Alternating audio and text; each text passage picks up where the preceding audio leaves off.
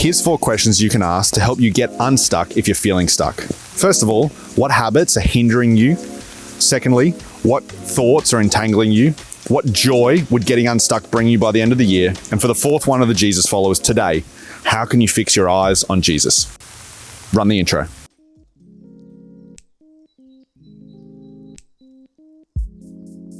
You'd be glad to know these 4 questions actually aren't original with me. In fact, they were part of a conversation that we had at our in-person experiences a while ago, and you can find the link to the podcast if you want to discover the whole thing in the description below.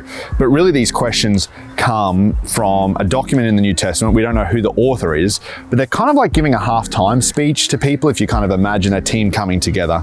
And what the author says is if you want to get from where you are to where you want to be, you want to get unstuck, then you need to get rid of everything that hinders you and the sin that so easily entangles you. Really what they're saying is, what are the habits that are preventing you or that have you stuck? You need to identify them and get rid of them.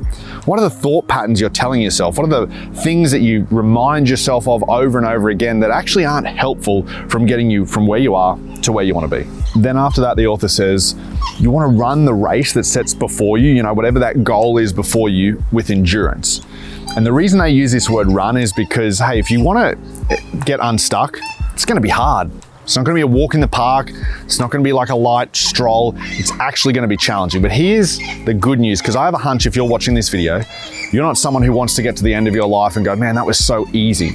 What you want to do is you want to get to the end of your life and you say, that was worthwhile. I did something that impacted people and made a difference.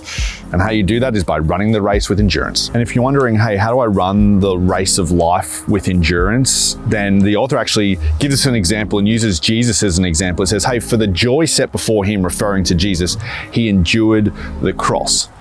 And the joy that was before Jesus was you. It was me. It was reconnecting us with God. And Jesus endured the cross, not by focusing on the cross, but by looking through it.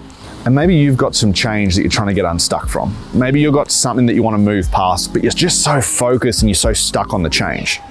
Don't look to the change, look through the change to the joy that it will bring you when you get there.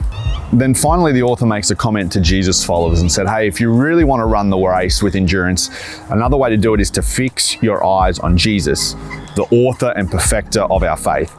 And that sounds so simplistic, but the truth is it's so much harder than we might imagine, because it's so easy to just get distracted by what's going on in life, by expectations that we have, expectations others have of us, paychecks, bills, all of that sort of stuff, that it's actually incredibly hard to keep our eyes fixed on Jesus. So here are those 4 questions again to help you get unstuck as we wrap the video up. What habits are hindering you? What thoughts are entangling you that you need to get rid of? What's the joy that changing your habits would bring you by the end of the year? And for the Jesus followers today, how can you fix your eyes on Jesus? Hey, thanks so much for watching the video. You know what to do. Like, comment, subscribe. We are going to go get warm.